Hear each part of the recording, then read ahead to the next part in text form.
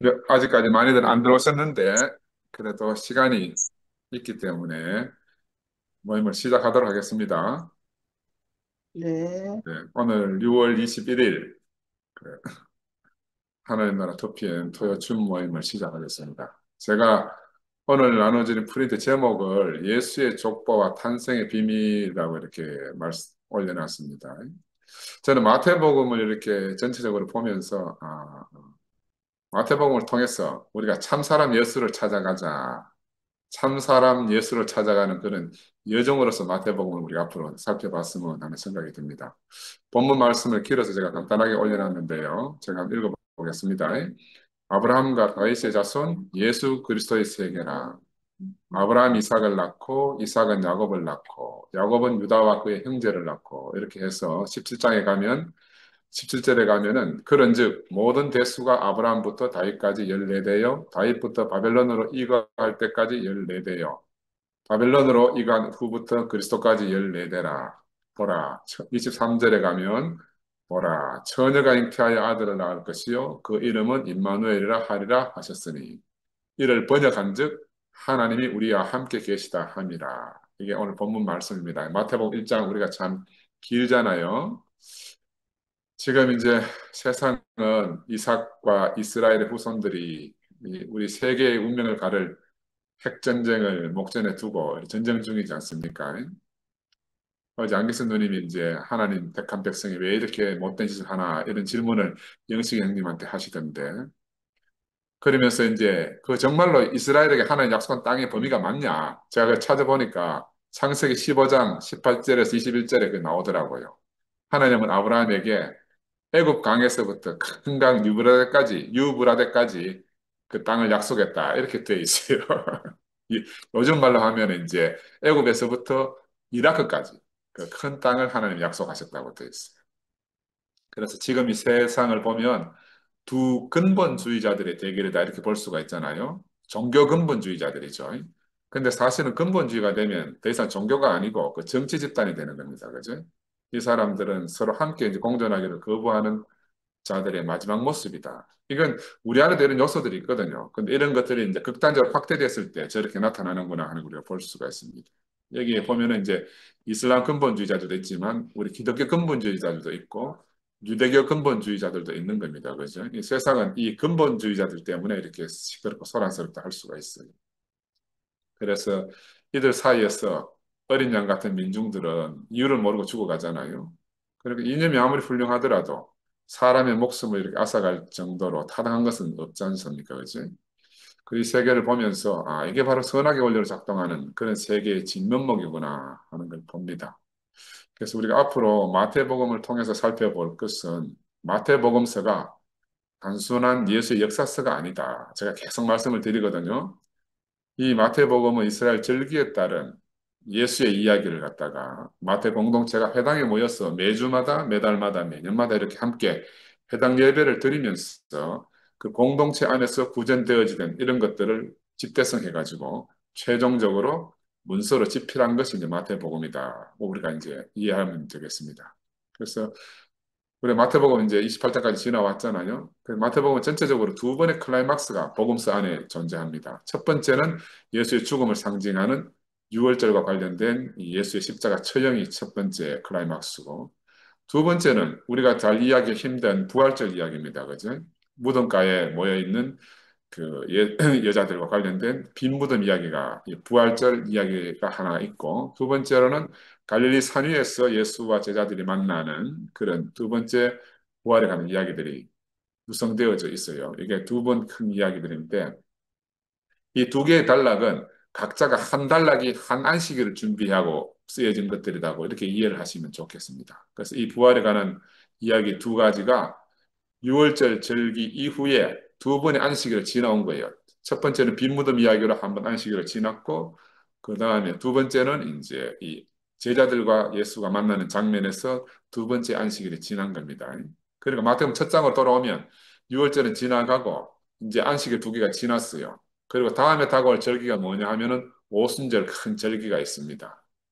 그래서 이 6월절은 다시 한번 상기해 보면은 유대 종교력으로 그 니산월 첫 달, 첫 달의 이름을 니산월이라고 이렇게 말하는데 아비벌이라 하기도 하고 이 14일 저녁에 그 달 14일 저녁에 지키는 절기입니다. 이 6월절이 이런 것들을 우리가 상식으로 꼭 기억해 놓는 게 중요할 것 같습니다. 이 니산월에 그 안식일이 우리가 그냥 안식일은 단순히 한 가지만 있는 줄 알지만 안식일도 종류가 있더라고. 안식일은 그냥 보통의 주간적 매주마다 돌아오는 안식일이 있고 그 안식일 중에서 큰 안식일이 있대요.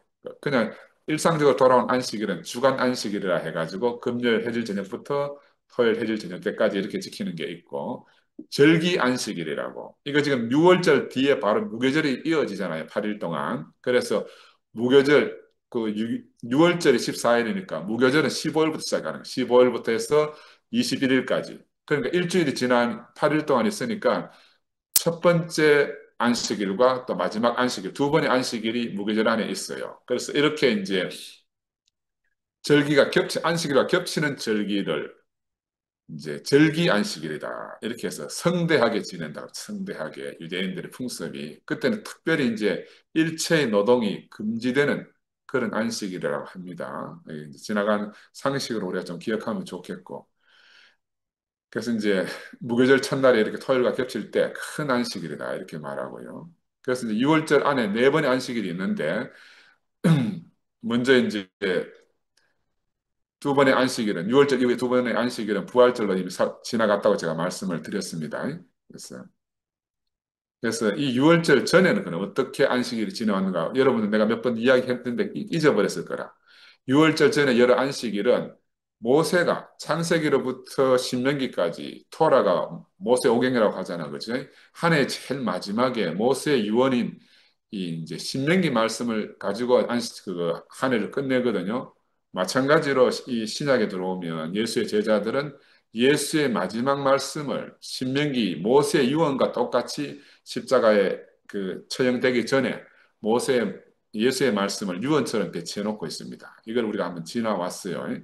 나중에 또 한번 지나가면서 보겠지만은 이런 것들이 이제 구약의 어떤 절기에 따라서 신약의 예수의 말씀을 이렇게 절기를 따라서 마태가 지금 배치해 놓고 있다 하는 것을 꼭 기억하시고 이런 걸 보면서 우리 교회가 지금 처한 당면한 현실을 해결해 나가기 위해서 꼭 알아야 될 게 있습니다. 뭐냐면 무엇보다도 지금 십자가 죽음에서만이 아니고 십자가 죽음에서만 예수 안에가 하나 되는 것이 아니고 예수의 전 일생이 한 사람으로서 우리처럼 똑같이 그 인생으로 태어나서 육체를 입고 사신 그 예수의 전 일생이 우리가 똑같은 사람으로 살았음을 우리가 찾아내야 돼요. 그래야만 십자가에만 매달려 가지고 그것만이 나하고 동일하다 하는 이상한 새로운 교리가 나오고 하는 이런 것들을 갖다가 우리가 이제 배격할 수가 있겠다. 뭐 그게 아니 우리가 예수의 전 일생이 우리가 하나로 발견되어지면은 우리가 굳이 그 이런 어떤 언어적인 혼란 때문에 갈라설 이유가 없지 않겠나 하는 게 제 개인적인 생각입니다. 그러면서 오늘 어제 대해 생각을 해보니까요. 옛날에 이 목사님이 말씀하셨어요. 2차 세계대전이 다 끝났는데 남양군도 어떤 동굴 속에서 그 고립돼가지고 갇혀있던 일본군 병사 이야기를 하셨잖아, 그치?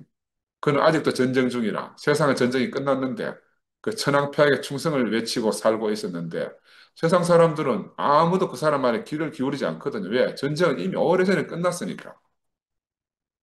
제가 이걸 보면서 지금 아무도 바깥에 가면 예수가 사람이었다는 사실을 의심하지 않는 시대에 우리가 왔어요.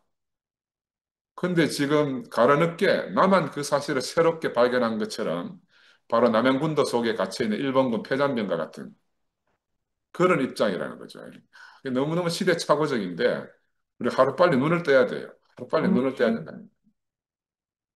그래서 우리는 사람 예수에게서 나타난 사람이지만 어떻게 예수라는 한 사람 안에서 그 신성이 나타났는가? 제자들은 어떻게 그 한 사람 안에서 하나님 아들로서의 신성을 발견했는가 하는 것을 우리가 마태복음을 이제 같이 교제해 가면서 발견해 가면 예수와 내가 전혀 다르지 않구나 하는 걸 알아갈 겁니다. 그죠? 그래서 이들 목격자들과 당대 그 증인들이 진짜 우리에게 전해주고자 하는 것이 무엇인지를 이 마태복음 처음부터 시작하면서 우리가 새롭게 알아가는 그런 여정이 되었으면 합니다. 그래서 이제 그동안 마태복음을 유대교의 일곱 절기하고 연결시킬 수 없었던 이유는 그럼 뭐냐? 왜 그러면 절기와 연결시켜서 우리가 복음서를 보지 못했던가? 첫째로 우리는 유대교 회당 문화나 전통에 전혀 익숙치 않다는 겁니다. 그들이 어떤 절기를 어떻게 지키는지 그 절기 안에 그들이 가지고 있는 어떤 생각이나 사상이나 전통은 어떤 건지 우리가 전혀 모르거든요. 그러니까 그 뒷배경을 전혀 모르기 때문에 단순히 성경에 쓰여 있는 문자에 사로잡혀서 보는 관점이 우세했기 때문에 이런 현상이 생겼다. 특별히 우리나라는요, 미국에서 복음이 전달될 때 성서 근본주의자들이 복음서를 전했거든요. 대한민국에 특별히 근본주의 경향이 강하다는 겁니다. 근본주의 경향이. 그래서 이 마태복음은 예수의 족보 때문에 왜 쓰이는 순서도 있잖아요. 마가복음이 먼저 쓰여졌는데 왜 마태복음이 제일 앞으로 당겨졌는가? 이거는 이제 초대 교부들이 이 복음서를 선택하고 정할 때에 이 구약하고 신약하고 어떻게 연결할 것인가? 근데 마태복음은 그 예수의 족보부터 쭉 나와 있으니까 창세 아브라함부터 이렇게 나오고 하니까 아 이거는 이제 구약과 신약을 연결하기에 마태복음을 전면에 배치하는 게 좋겠다 하는 교부들의 생각이라. 그래서 마가복음이 쓰여지기는 먼저 쓰여졌지만 마태복음이 순서상으로 제일 앞에 나와 있다. 이제 이런 것들도 우리가 상식으로 알면 좋겠습니다. 그래서 유월절은 유대인들이 새해 처음 지키는 가장 큰 절기이기도 하고 우리가 이엘 목사님 말씀을 들으면서 그동안 우리는 암묵적으로 유월절과 예수의 죽음을 늘 같은 의미로 해석해 왔지 않습니까? 그렇죠? 그런데 예수의 죽음이 이 마태복음서의 제일 끝에 나오고 또 예수의 탄생은 마태복음 제일 앞에 나오니까 일견해서 보면은 탄생부터 죽음까지이기 때문에 아 이거는 예수에 대한 연대기적, 자사전, 뭐 정기적인 그런 복음서구나. 이 전체가 전기라고 생각하면 복음서 나오는 모든 기적과 이적들이 다 사실일 것이다. 라는 게 전제로 깔리게 되는 겁니다. 그래서 우리가 이 예수를 이해하는데 정말 어려운 난관들이 그동안 많이 있었어요. 그래서 이런 것들을 우리가 이제 차근차근 이렇게 분리해 나가면서 여기서 참사람 예수를 찾아보자. 그죠? 이게 제가 가지고 있는 복음서를 지금 제가 여행하고 있는 제 생각입니다. 그래서 문자 그대로 받아들이게 되면 예수는 신적 인물이 될 수밖에 없습니다. 우리는 불가능한 너무너무 많은 기적과 이적들을 행하셨기 때문에. 그래서 이 사람 예수와 우리가 하나로 발견되려고 하는데 무언가 이렇게 서로 거리가 있게 되고 결격이 있게 되잖아요. 그죠? 우리에게는 2% 부족한 것이 있게 되고. 그래서 이런 신화적 인물과는 하나로 도저히 만날 수가 없기 때문에 이상한 논리가 나오잖아요. 십자가에서 죽은 자였으면 우리가 만날 수 있다. 는 논리가 성립하고 얼핏 들으면 당연한 것 같아요. 그런데 이 사이에는 엄청난 비약이 있는 겁니다. 그래서 이제 성서학자들은 이런 것을 두고 문자에 의해서 이렇게 이제 논리를 만들어내는 것을 이방인의 이단이다. 이렇게 해석하고 있거든요. 이방인의 이단이다. 이방인이기 때문에 유대인이 아니기 때문에 유대인의 배경에 깔린 전통과 어떤 이런 것들을 전례를 모르기 때문에 생길 수밖에 없는 그런 이단적 행위다. 이렇게 말하는 거죠. 그래서 우리가 유대의 절기를 따라서 이 복음서가 쓰여졌다는 것을 새롭게 알게 되면 우리는 이 복음서를 보는데 각도가 전혀 다른 각도에서 보게 되는 겁니다. 동전의 앞면에서 동전의 뒷면을 보듯이 완전히 뒤집어서 볼 수가 있는 거예요. 그리고 우리를 그동안 너무 혼란케 만들었던 기적과 이적들 있잖아요. 이런 것들을 전혀 새로운 시각으로 볼 수가 있게 됩니다. 그 시각이 달라지면 우리의 인식이 새롭게 달라지는 겁니다. 그렇지? 그래서 이 기적과 이적 때문에 예수와 하나로 발견되는데 너무나 큰 어려움이 있었다. 이것 때문에 예수는 신적 능력을 가진 분으로 오해가 되어졌고 마지막에는 궁극적으로는 이 교부들에 의해서 신이 되기까지 그렇게 이제 전혀 실제하고 다른 사람이 되어버린 겁니다. 그래서 오늘 첫 예수의 족보와 탄생의 비밀부터 우리가 이제 그런 것들을 벗겨내자. 그래서 오늘 제목인 예수의 족보와 탄생의 비밀을 우리가 제대로 알기 위해서는 복음서 내용이 절기에 맞추어 쓰여져 있다. 이게 제가 계속 반복합니다. 복음서 내용이 절기에 맞추어 쓰여져 있다. 이걸 꼭 기억하시고 그래서 마태복음서 제일 마지막에 나온 6월절 절기의 주인공인 이 예수의 죽음과 부활을 거쳐서 우리가 그걸 경험하고 이 마태복음 1장으로 와야 새로운 인식을 가지고 보게 되는 거라. 그 경험 없이는 이거 새로운 눈으로 볼 수가 없어요. 예수의 죽음과 부활을 우리 경험하고 지금 처음으로 온 겁니다. 그래서 도대체 죽고 부활하셨다는 이분이 누군가? 죽고 부활했다는 이분이 누군가? 그분을 알기 위해서, 그 시작을 알기 위해서 우리가 처음으로 돌아왔습니다.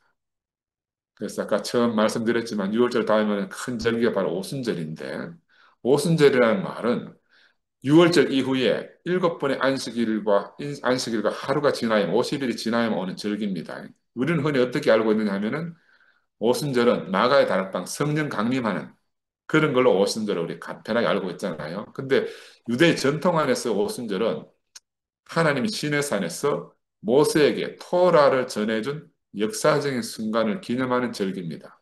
하나님께서 그 계명을 받은 걸 기념하는 게 오순절이에요.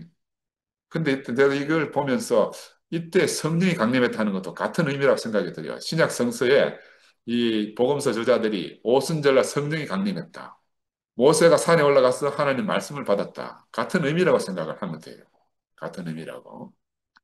그래서 우리가 그냥 단순히 역사적 사실로, 거기에 모인 모든 사람들이 전부 다뭐 성령 충만을 받고 했다는 이런 이제 역사적 사실만 볼 것이 아니고 그 의미가 하나다. 성령이 강림했다는 것은 모세가 시내산에서 하나님의 계명을 받은 것과 일맥상통한다 하는 의미에서 보면 훨씬 더 이해하기가 수월할 거다. 그래서 6월절 절기 이후에 두 번의 안식일을 지냈고, 이제 나머지 그러니까 오순절 올라가면 5번의 안식일이 오잖아요. 5번의 안식이 남아 있습니다. 그래서 5번의 안식일을 마태는 어떻게 준비해 놨는가 하면, 처음은 1번 예수의 족보와 탄생, 2번 동방박사와 헤롯, 3번 세례 요한과 예수의 세례, 4번 마귀의 유혹 이야기, 5번째 안식일은 예수의 공생의 시작. 이렇게 마태복음서를 배치해 놓은 겁니다. 이렇게 해놓고 오순절날 산상수훈으로 가는 거라. 우리가 이걸 알면은 완전히 새로워요. 나는 그래 이거 보니까 야 이걸 이해하면은 우리가 눈뜬 봉사 같은 마음이 든다는 거지. 봉사 눈 뜨면 기분이 어떻겠습니까, 여러분? 신봉사 눈 뜨면 기분이 어떻겠어요? 그죠?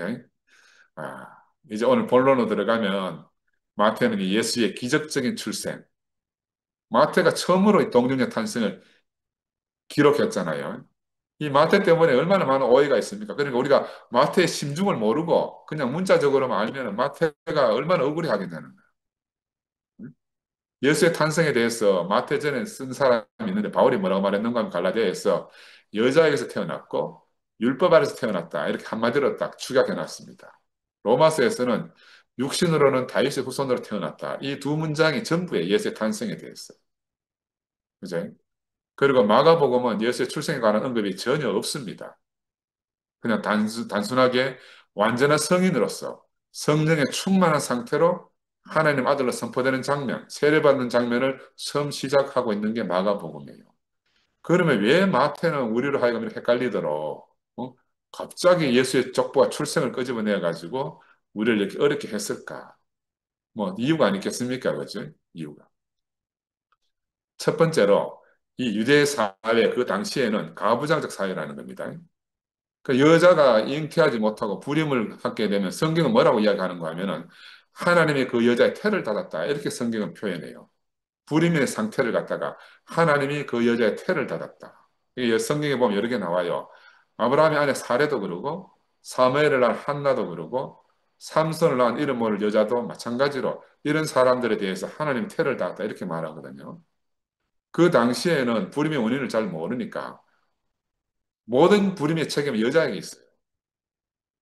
남자가 있지 않고. 그래서 불임을 여자의 책임으로 모는데 그걸 갖다가 하나님이 여자의 태를 닫았다. 이런 말로 퉁치는 거라. 퉁쳐. 그런데 이 히브리 성서에서 보면요. 그런데 특별한 인물의 출생을 말할 때는 하나님의 능력으로 그 불임을 해결하는 장면으로 특별한 인물이 출생하는 것을 신화적으로 묘사하고 있다. 우리가 이런 개념을 가지고 있어야 돼요. 그 특별히 이제 그 당시에 예수 당시에 지중해 주변에는 동정녀 탄생 이런 이야기들이 많이 퍼져 있어요. 예, 기독교뿐만이 아니고 이런 것들이 동정녀 탄생이라는 게 그 당시에 낯설지 않다. 낯설지 않다는 걸 우리가 이해하면은 이제 지금 2000년 후에 우리가 이렇게 머리 복잡하게 고민할 필요가 없다. 그래서 마태는 예수의 탄생을 들고 왔는데 처음에 뭐로 들고 왔는가 하니까 이사야서 7장 14절에 말씀을 들고 오잖아요. 그러므로 주께서 친히 징조로 너에게 주실 것이라. 보라 처녀가 잉태하여 아들을 낳을 것이요 그의 이름을 임마누엘을 하리라. 그 사실 이거는 이제 800년 이사야가 이 예언할 때보다가 800년 뒤에 예수 탄생하는 것을 어떻게 막 꿰뚫어서 예언했다 이렇게 보는 건 좀 너무 멀리 나간 거잖아요. 이건 그 당시에 이제 아하스 왕이 주변국의 위협을 받고 있을 때에 그 이사야가 왕을 격려하는 말이거든요. 젊은 여인이 곧 임신해서 아들을 낳을 것이다. 그럼 아들을 낳는다, 대를 잇는다는 말이니까 왕국이 무너지지 않는다. 이런 말로 이제 이사야가 이제 이 아하스 왕을 위로하는 말입니다. 그런데 마태가 왜 굳이 이런 것들을 억지로 끄집어 와가지고 무리하게 이렇게 성경에 갖다 놨냐는 거죠. 이런 걸 우리가 이해해야 됩니다. 왜 그렇게 했을까? 저는 이제 이걸 볼 때 마가복음에 보면요. 마가복음 6장 3절에 내가 지난번에 다 말씀을 드렸는데 사람들이 뭐라고 말하는 거면 이 사람은 마리아의 아들 목수가 아닌가 이렇게 하는 장면이 나와요. 마가복음 6장 3절에. 이게 무슨 말이냐 하면 아버지 언급이 없고 마리아의 아들 목수가 아닌가 이렇게 예수를 이제 힐난하는 거라. 그 당시에 성인 남성을 예수는 성인인데 성인 남성을 여성의 아들로 언급한다는 것 자체는 그 문화적 배경은 뭐냐 하면은 네가 사생하다 이런 말입니다. 아버지를 언급하지 않고 그 엄마를 언급한다는 말은 대놓고 비난하는 거예요. 니는 사생아가 아니냐. 근데 마가복음은 마가가 이렇게 그냥 있는 사실을 그냥 그대로 한간에 떠도는 소문들을 그대로 쭉 기록해 놨으니까 이게 마가복음 기록되고 마태복음이 기록할 때까지 한간에 이런 소문들이 계속 있고 또 기독교인을 비난하는 유대 교인들이라든지 일반 사람들이 계속 이런 말들을 가지고 이제 비방거리로 삼는 거죠. 마태가 들으니까 지금 우리가 죽고 부활한 예수를 경험한 이 마태가 들을 때 얼마나 깝깝하겠어요. 야, 우리 주님이 어떤 분인데 이런 하찮은 것으로 그 출생으로 말미암아 우리 주님이 어떠하면 이제 훼손되고 비방받고 있으니까 견딜 수가 없지 않겠습니까? 그렇죠? 그래서 이 마태복음에 쓰여질 때 예수에 대한 친부의 논쟁이 깊이 그 시대에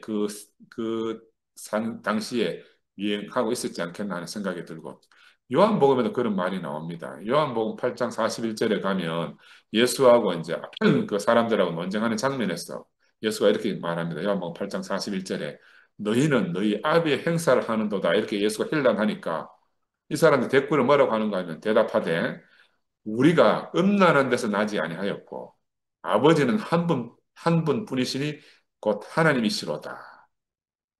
너는 음란한 가운데 태어난 사람이고 우리는 음행으로 태어나지 않았다. 이렇게 대놓고 예수를 힐난하는 장면이 요한복음에도 나와요. 그러니까 이 복음서가 쓰여질 당시에 예수의 출생 문제가 계속해서 이 이제 예수의 제자들, 복음서를 쓰는 사람들에게는 큰 문제거리를 대두했다는 걸 우리가 미루어 짐작할 수가 있습니다. 그래서 이런 문장들로 봐서 이런 말을 하는 발언자들은 예수가 간통으로 태어났다. 이렇게 믿는 것이 확실해요. 또 예수가 사생아라는 것과 또 그 친부에 대한 소문이 바로 이 초기 그리스도인들이 복음을 전하는 데 있어서 아주 큰 논쟁거리가 됐다. 그러니까 마태는 지금 큰 문제를 봉착하고 있는 겁니다.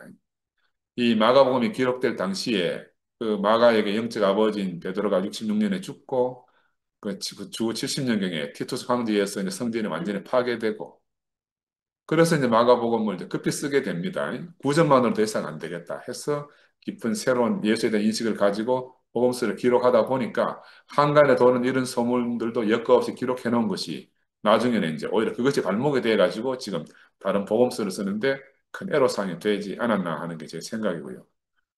그래서 마태는 이제 야, 한간에 나도는 예수에 관한 여러 방면의 비방과 조롱에 대해서 강력히 항변해야 되겠구나 하는 그런 필요성을 절대적으로 가지고 있었다. 이렇게 보입니다. 그래서 그들에게 임마누엘을 찾아오신 분, 하나님과 함께한 그 사람, 그들 안에서 새로운 하나님의 생명을 발견하게 하신 분이잖아요. 그리고 그들로 하여금 새로운 생명을 살게 하신 분이다 말입니다.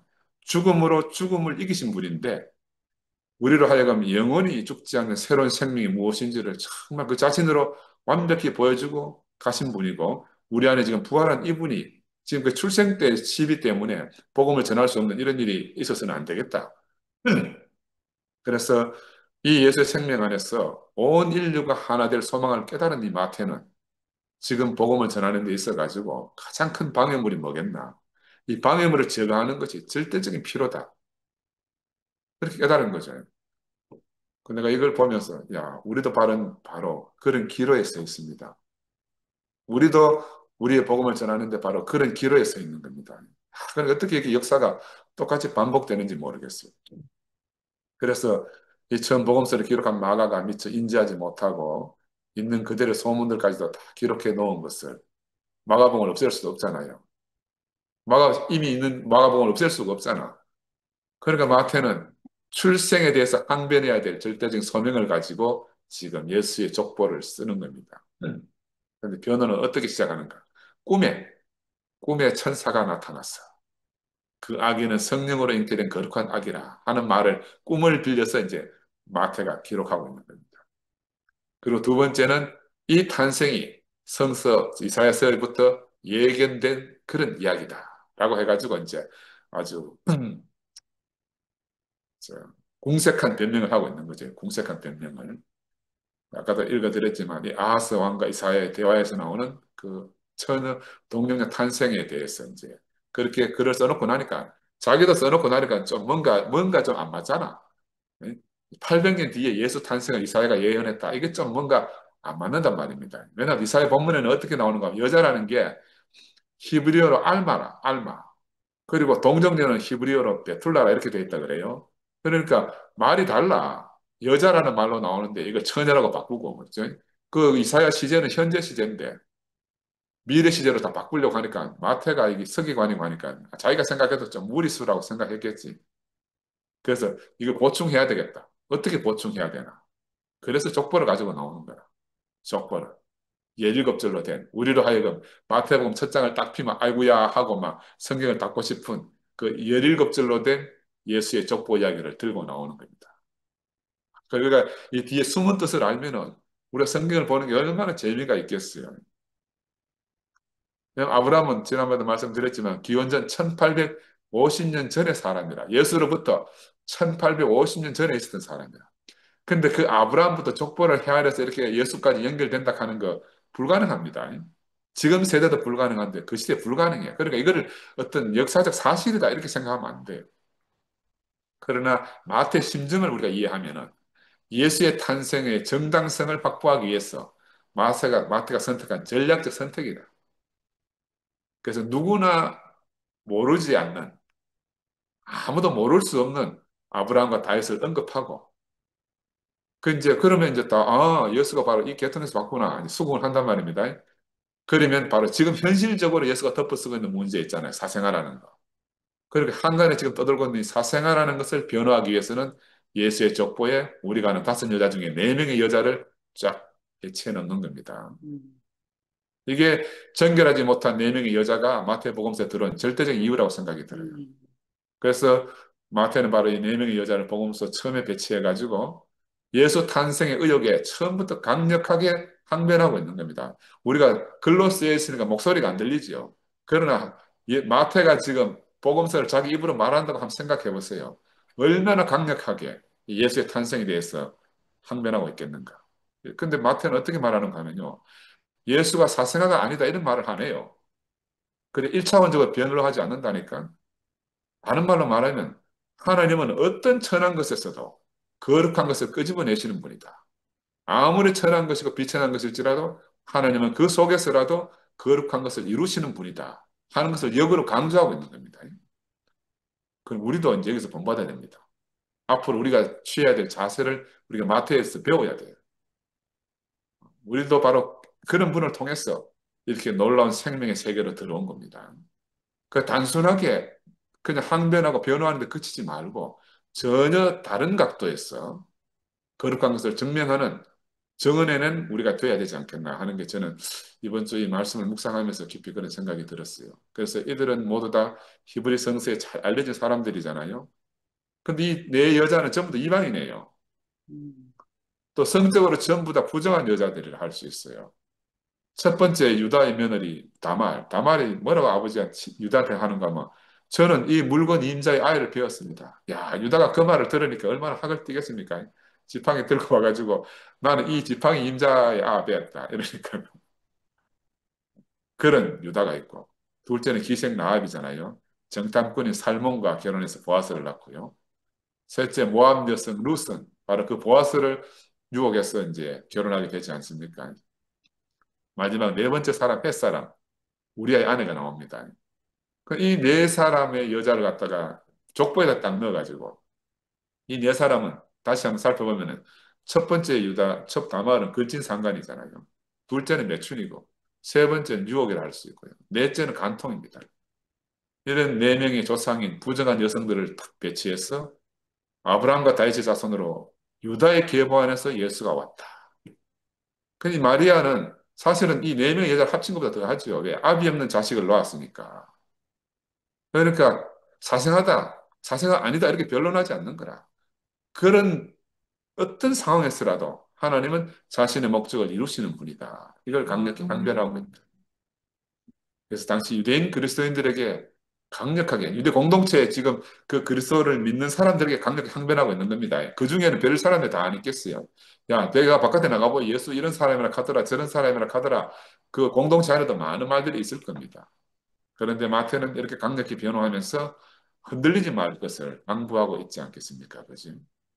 만약에 이 사실을 통과하지 못하면 예수의 탄생을 통과하지 못하면 뒤에 나오는 어떤 복음도 다 불신받게 된다.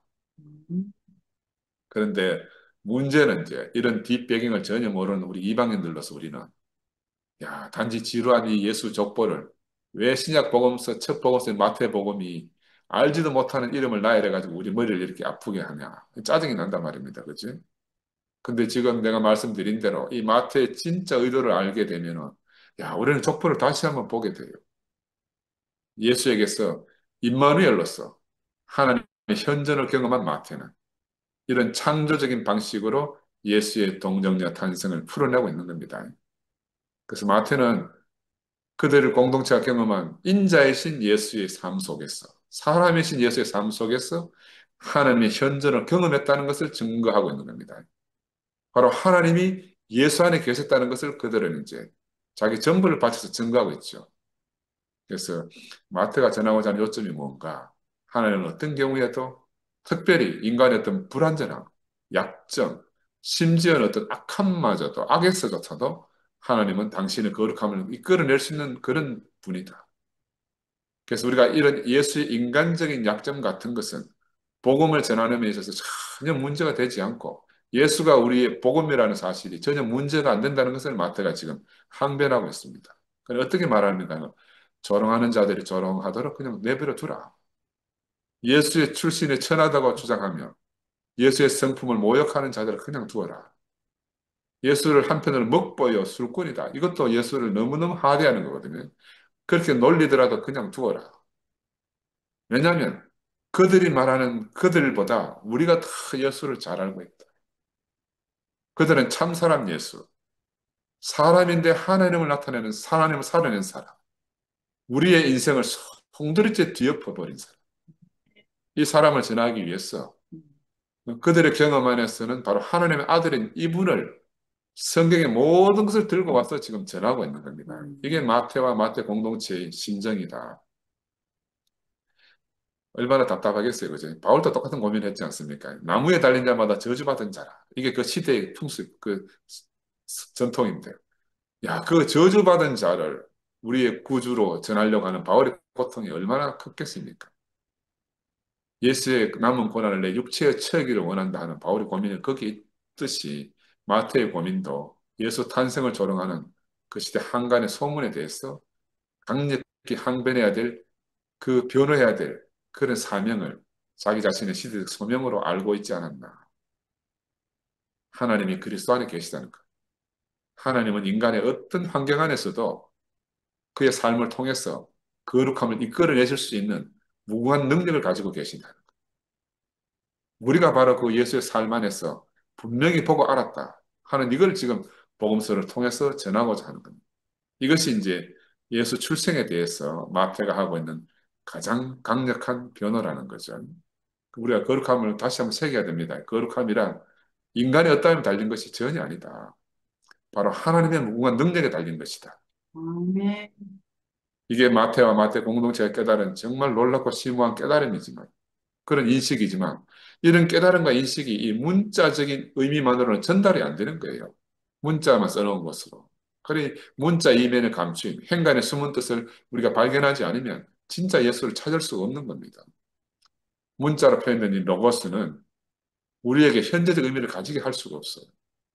그러나 뮤토스, 신화적 언어로 표현된 것은 그 신화 안에 그 현재적 의미를 가지고 어떤 줄거리를 가지고 항상 우리에게 다가오거든요. 이 뮤토스라는 게 참 신기하단 말입니다. 이야기 줄거리 핵심을 손상시키지 않으면서 그 신화 안에서 우리에게 무엇을 전달하고 있다. 우리가 신화를 새롭게 해석해야 됩니다. 신화라는 말에 걸려가지고 이상한 논리를 개발한 저런 어리석은 일을 범하면 안 되는 거라. 그래서 이런 사실들을 당시 회당 예배에 참석한 마태 공동체 유대인 그리스도인들은 너무너무 잘 이해하고 마태의 복음서를 들었을 거예요. 아무도 그 말을 들으면서 문자 그대로 받아들이는 사람 없을 겁니다. 그런데 기원 후 500, 150년이 지나고 나니까 이제 유대교와 그리스도인들이 완전히 갈라져 버렸습니다. 이 우연은 이제 전부 다 교회는 이방인들로 구성되어져 있기 때문에 유대 경제는 전혀 문외한들이 있다. 이 교회를 구성하고 있잖아요. 이때부터 이제 이방인의 이단인 문자주의가 득세하게 됐고 성서를 읽고 해석하는 문자로 해석하는 것이 유일한 방식이 된 겁니다. 그게 바로 거의 2000년 동안 지나왔어요. 거의 1800년 지나왔다고 볼 수가 있죠. 근데 19세기 들어와서 이제 19세기 초반에 성사학 혁명이라는 성서에 대해 새롭게 보는 그 혁명이 시작됐고 20세기 후반에 들어와 가지고 이제 복음서의 유대적 배경들이 사회 문서라든지 정말 나가 한마디 문서라든지 이런 그동안 묻혀있던 베일에 갇혀있던 문서들이 다 드러나면서 새롭게 이제 복음서를 보게 됐다. 그러면서 성서 문자주의가 다 사라지게 됐는데 아직도 한국에는 이런 성서 문자주의가 판을 치고 있다. 그래서 우리라도 빨리 눈을 떠서 여기서 깨어나야 된다. 그래서 마태는 이런 의도를 가지고 예수의 탄생을 기록했다. 그래서 이제 신화적 언어로 표현할 수밖에 없다. 신화적 언어로. 그런데 신화는 아니다. 그죠? 신화적 언어로 표현되어 있지만 신화는 아니다. 거기에 어떤 사실이 들어있다. 어떤 사실? 마태가 가지고 있는 의도를 베일에 깔고 이 신화적으로 묘사해놨다. 근데 그것만 그렇게 이제 탄생을 딱 기록하고 나니까 현실적으로는 아버지가 필요하잖아요. 아버지가. 그 아버지를 역할할 사람이 필요한 거라. 그래서 이제 한 사람, 아버지 역할할 사람을 구해야 되지. 왜냐하면 당시 사회에서는 아버지 역할이 뭡니까? 출생한 아이를 내 아이라 하고 그 아이에게 이름을 지어주고 자기 아들로 등재하는 거잖아요. 그 자녀의 이름을 지어주는 것이 곧 아버지 역할이라. 그래서 그 시대 이름이라는 거는 그 조상의 이름이 자신의 이름이죠. 그래서 내 조상이 아브라함과 다윗이다. 이게 예수의 이름이래. 내 조상이 아브라함과 다윗이다. 근데 현실적으로 이제 지금 당장 예수의 아버지 역할을 감당할 사람의 이름이 요셉인데, 여러분 요셉의 이름을 한번 고민해 봤습니까? 왜 요셉인지. 마태가 이 이름을 소개하기 전까지 예수가 죽고 나서 50년 가까이 지나도록 요셉의 이름이 어디에도 안 나와요. 어디에도 없어. 그러니까 이거는 이제 만들어진 이름인지 우리가 짐작해야 되죠. 또 이제 예수 탄생할 때 요셉 이름이 잠시 등장하고, 그러고 또 사라져, 요셉이. 그죠? 예수의 탄생을 이야기하기 위해서 잠시 왔다가 사라지는 이름이라. 마태복음에도 잠시 한번 나옵니다. 마태복음 13장 55절에 이는 그 목수의 아들이 아니냐. 뭐 그 모친은 마리아고 형제들은 야고보고 이러면 쭉 나와요. 한번 언급이 되는 게 있고요. 요한복음에도 한 두 번 거쳐서 나오는데 1장 14, 요한복음 1장 45절에 보면 빌립이 나다니엘을 찾아가 이르되 모세가 율법에 기록하였고 여러 선지자가 기록한 그 일을 우리가 만났으니 요셉의 아들 나사렛 예수니라 이렇게 한 번 나오고요. 6장 42절에 가서 보면 가로되 이는 요셉의 아들 예수가 아니냐. 그 부모를 우리가 아는데 제가 지금 어찌하여 하늘로서 내려왔다 하느냐. 이렇게 두 대목이 나와요. 그 말고는 요셉에 대한 언급함이 전혀 없습니다. 그래서 여기서부터 우리가 아버지 요셉을 또 이제 살펴봐야 됩니다. 히브리 역사를 살펴보면 히브리 민족이 완전히 하나로 된 적은 거의 없어요.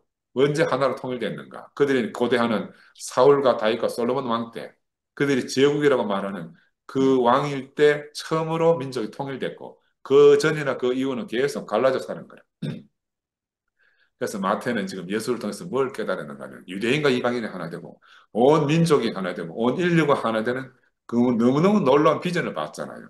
그 당장 민족적 아픔인 민족도 지금 하나가 못 되는 이런 형편에 처한 이스라엘이거든요. 그래서 마태는 바로 이 민족적 아픔을 해결할 그 메시아로서 예수를 탁 자리매김하고 싶은데 어떻게 해야 되겠나? 군중들이 말하는 메시아하고 지금 마태가 말하는 메시아는 말은 같은데 개념이 달라요. 군중들이 말하는 메시아는 그 이스라엘 민족을 해방시키는 메시아죠. 현실적인 문제를 해결할 메시아. 근데 마태가 말하는 메시아는 올 인류를 하나로 만나게 할 수 있는 그런 생명의 메시아란 말입니다. 그러니까 같은 말을 하더라도 같은 언어를 쓰더라도 전혀 다르다 하는 걸 우리가 이해하고 그래서 유대인과 이방인을 하나로 만나게 할 유일한 생명이 바로 예수 그리스도의 세계 안에 예수의 생명 안에 있다는 그걸 이제 증명하기 위해서 족보를 끄집어내는 겁니다. 이 족보 아멘. 나오냐 그냥 나오는 게 아니에요. 그러니까 족보가 어디까지 올라가죠? 고대 족장시까지 올라갑니다. 올라가서 보면은 아브람, 이삭, 야곱 있는데 야곱의 아내가 두 사람 있잖아요. 언니 레아는 유다의 어머니입니다. 레아에게서 유다가 나오잖아요. 동생 라헬은 요셉의 어머니입니다. 요셉. 그래서 이 둘이가 이제 갈라지잖아요. 유다의 계열과 요셉의 계열이 갈라져서 북이스라엘과 남유다로 갈라지지 않습니까? 그렇죠? 그래서 요셉의 후손들이 지배하는 북왕국의 이스라엘과 유다의 후손들이 지배하는 남왕국의 유다. 이 두 나라는 분리되어져 있는데 이걸 예수의 족보 안에서 하나로 만나게 하는 겁니다. 하나로. 이게 마태가 깔고 있는 복선이라. 예수의 생명 안에서 마태가 경험한 그 의미를 갖다가 이 족보 안에서 이제 복선으로 깔고 있는 거죠. 바로 이 남유다에서 누가 나와요? 다윗과 솔로몬의 왕조가 나오는 겁니다. 마태는 이 족보를 통해서 예수와 유다 지파의 관계를 새롭게 설정하잖아요. 그래서 유다 신화에서 메시아 역할이 뭡니까? 유대 신화에서는 이스라엘 자녀들 다 하나님 국가를 모으는 거죠. 이게 이제 일반 이스라엘 백성들이 소망하는 메시아라. 남북으로 나뉘어진 이 이스라엘을 하나로 모으는 그 메시아가 상징이잖아요. 근데 그런 사람들이 기대하는 상징적 의미로서 예수를 자리매김 딱 시키는 거라. 그리고 이면으로는 다른 메시아를 말하고 있죠, 마태는. 그래서 상징적으로 그렇게 자리매김을 했다. 다윗의 후손으로 남유다의 지파의 일원이면서도 또 한편으로는 북이스라엘 요셉이라는 이름을 데리고 와요. 데리고 와서 예수의 아버지로 탁 이름을 덮어 씌우는 거야. 이 북이스라엘의 요셉의 이름을 들고 와가지고. 그래서 이 정말 드라마를 너무너무 머리를 짜내서 잘 쓴 것 같아. 예수의 출생을 합법적으로 탁 포장하면서 또 남북을 통일시키고, 음, 그죠?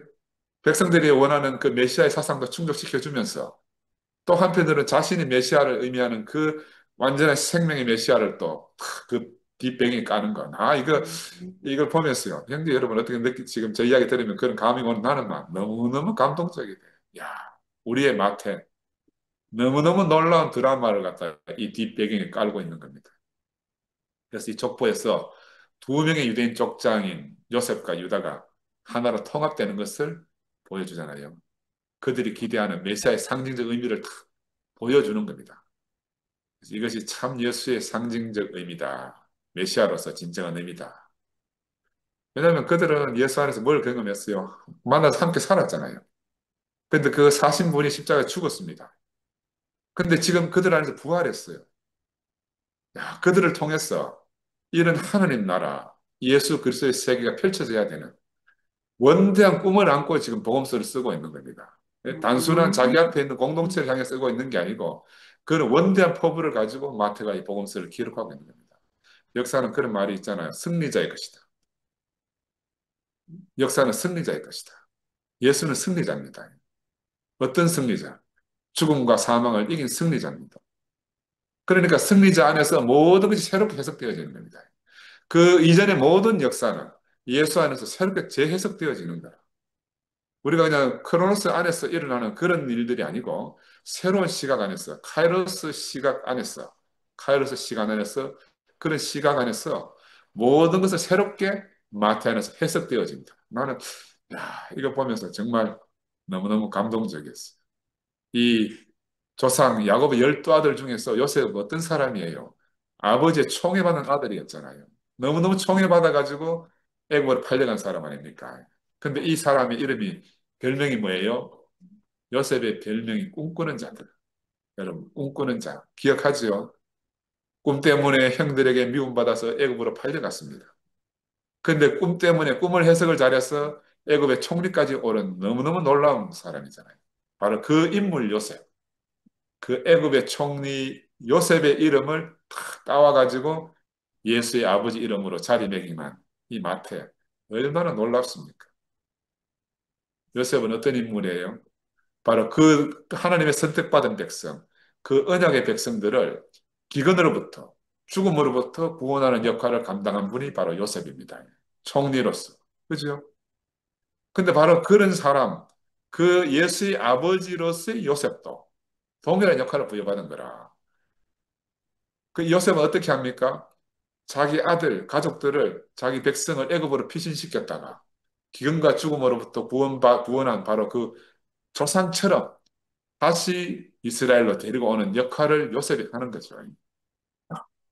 그래서 이 마태복음의 이 요셉에게는 그 요셉의 아버지가 누구라고 여러분 성경 다시 한번 보세요. 끝나고 나거든. 요셉의 아버지가 야곱이라. 요셉의 음, 아버지가 야곱입니다. 그래서 이 야곱에는 아버지가 있대요. 그 예수의 할아버지 이름이 야곱이라. 예수의 아버지 이름은 요셉이고. 이게 예수. 드라마지 여러분 이게 사실이겠습니까? 누가복음에 가면요. 아버지 이름이 엘리라고 나와요. 엘리. 그러니까 이 요셉 아버지가 엘리라고 나오니까 그 벌써 누가 보면 가도 이 달라. 그러니까 이거 사실 역사적 사실로 보면 안 된다. 이 예수의 아버지 요셉은 하나님과 오직 꿈에서만 대화를 나눕니다. 요셉은 아까 별명이 뭐라 그랬어요? 꿈꾸는 자 요셉이라고 그랬죠.